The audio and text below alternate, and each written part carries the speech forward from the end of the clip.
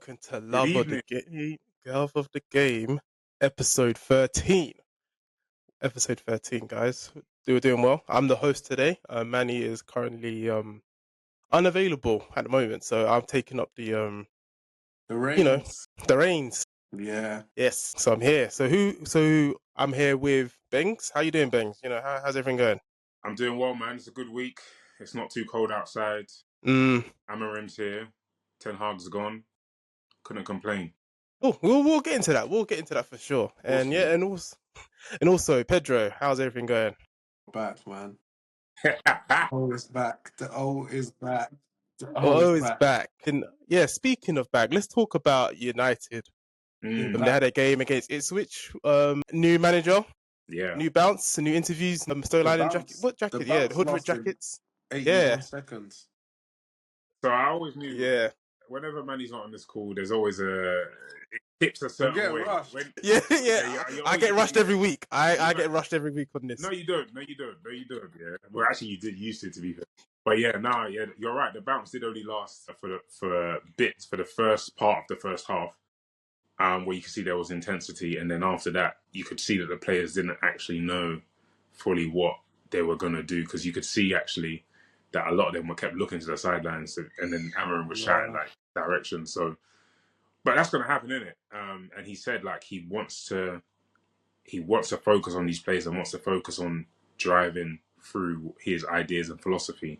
And he's having to do mad interviews. Ed Sheeran's coming in, hugging Jamie Redknapp in interviews. That was mad disrespectful. Very disrespectful. Crazy. Hugely disrespectful. And he did apologise, actually, apparently, Ed Sheeran. He did apologise. Oh, really? Oh, okay. Yeah, apparently he... I don't know where the interview was, but I read that he said that obviously he's a bit of a bellend. He feels like a bit of a bellend, but he didn't know that Amorim was being interviewed, which is crazy, because how would you not know? He was literally standing in front of them and he had the microphone in his hand. You think he just crazy the microphone? He was just taking pictures, apparently. I don't know. My days. But yeah, man, I think there's I like everything Amorim has said so far, so I'm still on the high of that. I like that he came out and I don't know where he said this, but I saw the quotes. He was talking about Dalot isn't used to playing in that position. He's used to playing to the centre backs or playing in midfield with the ball in midfield, and he's not used to that position. So he was caught out a few times. He said about Xerxes needed to get into the box. Xerxes I saw that one. Xerxes absolutely banged. Awful. That was a bang shot when I've just come back from a knee recovery. That was how. My days. He spoke about Bruno loving long balls. He spoke about, I think, Evans. Was he vexed with that? Yeah. He didn't say. I didn't see the context. Like, it was just a line. It was like Bruno. I think he said loves long balls, or his balls. Just he does them too much. Something along them lines. He said Dalot is amazing. Sorry, not Dalot. Diallo is amazing. Diallo, yeah. Yeah. And he's going to get better at defending, and the things he's seen from him at training was good. And just to cut you there, sorry, you said Diallo, because I like him. Yeah. Don't you think his quotes mean that he's going to stick him towards that right wing, that right back slot? Is that what you think? That's not actually a big issue, because if you look at the narrowness that Bruno played with, I would rather Diallo on the wing. I'd rather him driving at the opposition's. So you prefer him there rather than the 10 position? I'm just trying to figure out. Well, if you look at the way the team's structured in that 3-4-3. Yeah, 3-4-3. Well, it's a 3-3-4. Yeah, 2-1 exactly. In that sort of structure, you see Bruno and who was on the other side? Garnacho tucked in a little bit, but Garnacho was playing a bit more wide, which I don't think. I don't know if that's really how he wants it to be, or Garnacho just. I think it is. I think he wants the right winger to push on. Yeah. He then wants the back three to become a back four, so Dalot would then tuck in defensively, and then I think Garnacho would then become a winger. So Garnacho's wider. Bruno's essentially playing number 10 with Garnacho out wider, and then Diallo's basically a winger. Obviously, he's probably got more defensive duties, but as a right winger, you've got to defend anyways. So you see, that's what you say, and that's what I'd hope. But in the game at Ipswich, Dalot was on the left wing quite a bit. So I think maybe that's part of his comments that Yeah, but I think it depends on where the ball is. Where the ball is, yeah. But when we have the ball, obviously you'd want him to be a bit. But his problem is that he was going for the overlapping run sometimes, or he was waiting for the cutback, where I think he should have been tucked in a little bit just in case. But anyway, even at some point of the play, like Amorim was telling all the boys to go man for man. Evans was literally at the edge of the box as our centre back. Casemiro almost on the touchline. So yeah, man, it's scary. It's flipping scary. But yeah, we'll see how it goes. I'm as I say, I don't mind like this season being just a tester. I'd rather us test it properly and not go back. I don't know who said it. Was it Danny Murphy or someone? Someone said it. Yeah, someone said it. Yeah. I would be surprised if I see this formation again by the end of the year. Shut up. Firstly, let us run with it, see how we go, and then we can decide. And obviously, wait for him to get the personnel that he needs. Left back is obviously a huge priority. Alphonso Davies is on the list. Teo Hernandez is on the list apparently as well. So we'll see how that goes. Yeah, man, I can't wait to see how it goes, man. I'm just excited. Rashford scored, so I'm happy again, and he shut everyone up, cussing him, wearing Floyd Mayweather drip. He did shut everyone up. He scored in the first minute. He did score, but his performance still wasn't the greatest. His performance was okay. He's playing up top on his own. I don't know. I don't think it was that. I like Rashford, but that wasn't really a great Rashford performance. It wasn't one of his best performances. Yeah. If he hadn't scored, people would have got onto himself. Exactly. So essentially, he did shut people up because, yeah, like when you score, people are just going to forget about it. And he was more dangerous than our attacking players that came on. I mean, I was more dangerous than them. Fair enough, but yeah, we'll see how we play against the tough position. We'll see, because obviously Amorim, he's just come in now, and obviously now you're gonna be thinking he needs his players, he needs Amorim players, to play the system. So I was wanting to do something with you, Banks. Obviously with United squad right now, what players would you keep or sell? So just try and make this a quick fire. So Onana, keep. Lindelof, sell. Maguire, keep. Lissandro Martinez, keep. Malacia, keep. He hasn't played, so keep him. Dallo, keep. Luke Shaw, sell. Evans, sell. Lenny Euro, keep. 100% exclamation marks. Delete. Who? Keep. Oh, keep. Okay. Mount, keep. Yeah. Amorim has some good comments about him. Actually, he actually really likes him. So keep. Fernandez, keep, of course. Ericsson, keep, because I think he's got a year left, anyways. Okay. Casemiro, keep, because he's done in 2026, so we're not selling him. You can't keeping both of them is crazy, bro. Yeah, you have certain players that you keep because they got the experience, blah blah blah. Like, Ericsson and Casemiro, they're both players that you only keep because they got experience. One of them's got to go. They can't run. I'll be honest, I'm only keeping them because both of their. I think Ericsson's contract ends this summer and Casemiro's contract ends the next summer, and a lot of wages he's on. Sorry. He's on a lot of wages, I swear. He's on a lot of wages, so he ain't going anywhere. So he's going to stay anyways. But as soon as his contract's done, sell him or free transfer or whatever. But also, with this sort of system, we're going to get injuries, bro. So I don't mind having 5 midfielders available. So yeah. Kobe Mainu. Of course, keep. Ugarte. Keep. Okay, on to the strikers. Højlund. Keep. Rashford. Keep. Diallo. Keep. Anthony. Sell. And Garnacho. Keep. Wheatley. Xerxes. Xerxes, I'm going to say sell, Oh, really? Yeah, I don't see it. You don't see it? I don't see it, guys. He does some decent things. He does some decent things, but I just don't see him being like a sick player for us. Yeah, I don't see it. I think he's a decent player. I just don't see him being a sick player for us. I don't see where he fits in. Or is it just the Premier League? You'll say that this is too much for him. You think? Well, I'll be honest. I didn't watch him before. I know he was a wonder kid before, but I didn't watch him at the long. Who would win in a race out of him and Jorginho? Bro, honestly, bro, he literally runs like someone is grabbing him, like grabbing his afro from behind. I think it could be the trim, man. Man needs to shave. And lastly, I don't know, man. Lastly gone. Cheeto. Yeah, Cheeto, yeah. His barber's talking a lot, you know. His barber's talking a lot. Every time I go this, I see his barber talking for him. Hey, yeah.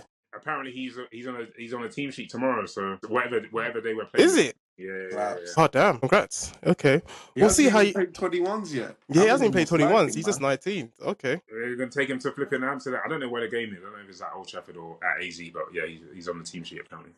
Yes, so we'll be looking forward to see how Amorim gets on in the next couple of weeks. You know, he's got some interesting features coming up. So we're going to cross over to the north side of London. The Arsenal. It seems we've got everyone back now. You know, Odegaard's back, Calafiori's back. Ben White's out though. Ben White's out though, but we're getting more of a fuller squad, you know. People are seen to be fit. Well, we had a very interesting game against Nottingham Forest. I think that was one of our best performances. A 3-0 victory against Nottingham Forest. You know, could potentially be a banana skin because people are saying, you know, Nottingham Forest, they're really good this season. Chris Wood, man. I know he was on bench. Yeah, so Pedro, take us through the game. What was your thoughts on the game? You know, how was it for you? Yeah, it was a good little training match for the boys. Yeah, we just, you know, we're working on our possessive football and how we press high up. No, it was good, man. I just feel like, as I said earlier, Odegaard just he's just a glue, bro. He's glue. But we can't have this over-reliance on him because no player's going to be fit like 24/7. Yeah, it's hard to find a player like him. Sorry, you see when you say the glue, yeah? Because you said something like he initiates the press, right? Is that... Yeah. I know that's not his biggest attribute, but why is there not another player that can do that when he's gone? Like, why is that hard to pass on? I think it takes leadership and actually understanding when to press or when to activate the press.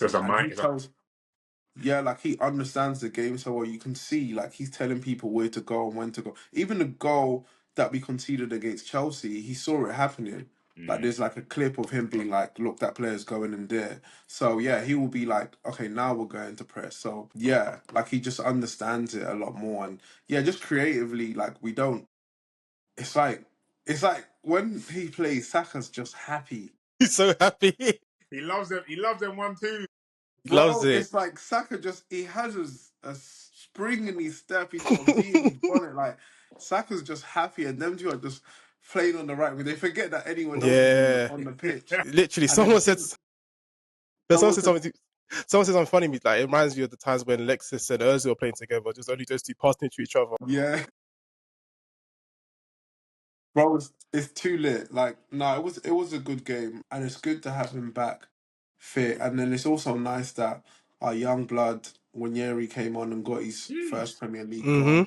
He came on straight away, wanting to make a difference, which I love. I love what Arteta said about him after the game. That I think I was reading an article actually in regards to like Arteta's plan for him this season, and obviously he wants to give him games, but he doesn't want to rush him in and put too much pressure on him. So obviously there was a lot of people saying he should replace Odegaard, but that's a lot of pressure on someone that could potentially stagnate them. Obviously there's other players who have done it, like Fabregas was playing at 17, but not everyone is Fabregas. Yeah, just on that though, don't you think that, I get it that he's a youngster, but don't you think if you're good enough, you should be playing? Like, if you have that kind of talent, because I think he's an exceptional talent, like the Fabregas, like those Wilshires, don't you think he should be playing in those type of games and not be trying to like put the brakes on him? You could try it, but do you know what the thing is? Yeah, football's more. Yeah. 5, 4, 3, 2, 1. I need to do not disturb my phone. Yeah. Football's more than just what you see on the ball. I think maybe off the ball he's not good enough. And there's still a lot of things that he needs to learn. So I think that there may be reasons why. Obviously, maybe Arteta just doesn't like playing young players. That also might be it. What level is he? Tim just said something, and I just let it slide by. He said he's a talent on the level of the Fabregases and the Wilshires. What sort of level is he on? Is he a Rashford? I mean Rashford when he broke through, not Rashford right now. But where is he at? Is he a Martial? I don't know. Is he a Garnacho? Is he miles above that? He hasn't really played. Like, there you go. he's barely played, but when he has played, he's been scoring. He's been making a difference. He's been playing well. He's been one of our best players. I remember, like, even the Leicester game, like, he was probably one of the main reasons why we were able to get a result from that game, just because he came on and he made a difference. So I would say, I don't know. I think he needs time. I think we need to see him more. Obviously, he hasn't actually. I think he's played less than 1,000 minutes worth of football for Arsenal. So, yeah, he hasn't really played. It will be interesting. I think that's a conversation to have at the end of the season. I assume that maybe in the second half of the season we'll see where we're at, and if he plays more, that will be interesting. Like, if we're no longer in the Carabao Cup, is he still going to play as much? I mean, he's been coming on for basically every Premier League game, and he seems to be like a regular first team player. But it will be interesting to see how much he does play at the end of the season. But yeah, man, I think he's there. Like, I wouldn't want to compare him to anyone yet. I mean, he's come on and he's done his thing, but yeah, I think it's a bit soon, man. I don't want to put pressure on the young boy. Okay, fair enough. I'll beg to differ, but just because of time, I'm going to run into a few more questions I want to ask you. So your thoughts on the title race, anyway? So we've got a win now. So what's your overall thoughts on this week, and the title race? You know. No. Before you say that, let me just say something to you. There we go. I was waiting for this. Go ahead. If you guys do not win the league as it currently stands, yeah, and you let Liverpool go and get it, while City haven't got Rodri for a whole season, then I'm sorry, guys, you fumbled. You fumbled worse than that Leicester season. This is a bigger fumble. I think it's easy to say that now.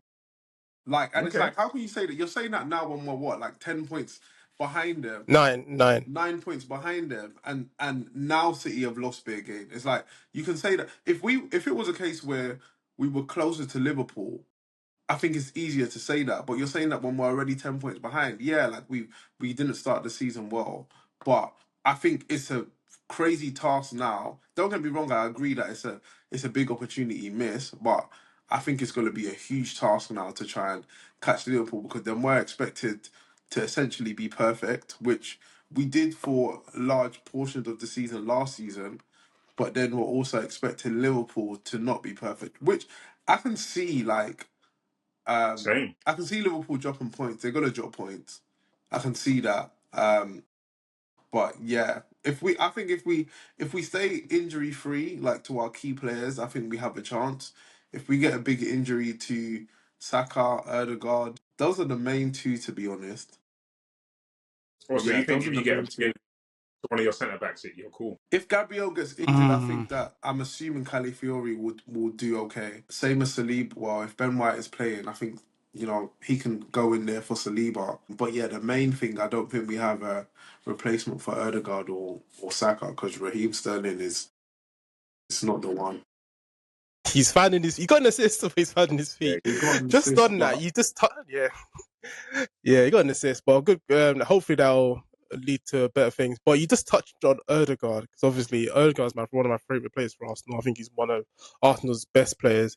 I've been seeing a lot of debates going online regarding him, comparing him to certain Mesut Ozil. So I'd love to hear your opinion on that. Who do you think is a better player? I prefer the accent on the O's for Erdegaard in comparison to Ozil personally. I don't know, man. Ozil was like, there's a lot of like emotion attached to Ozil. Like, that was like the first time we spent racks on a player, and he came 42 mil, wasn't it? Yeah, they both came from Madrid. But yeah, that was a castaway though. Yeah, and he came in, and I remember that game against Napoli where he scored in the Champions League. Like, Ozil was he was unplayable at times. Let's be honest. Like, I don't wanna master the latter stages of his Arsenal career.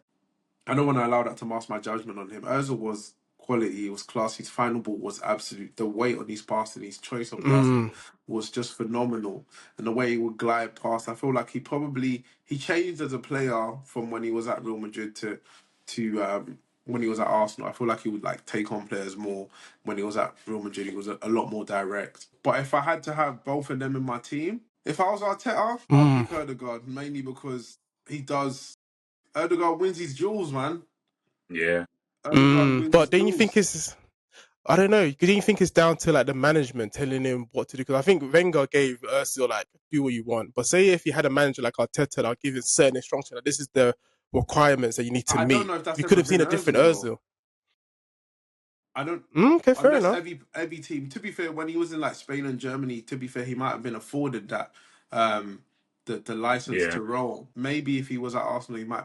I don't know, man. I just don't. I don't see it. I didn't really see it at Arsenal, and that could have been the Yeah, instructions. But yeah, I did love Özil, man. I loved Özil, but I love watching Odegaard. yeah. What about you, Tim? Who are you picking?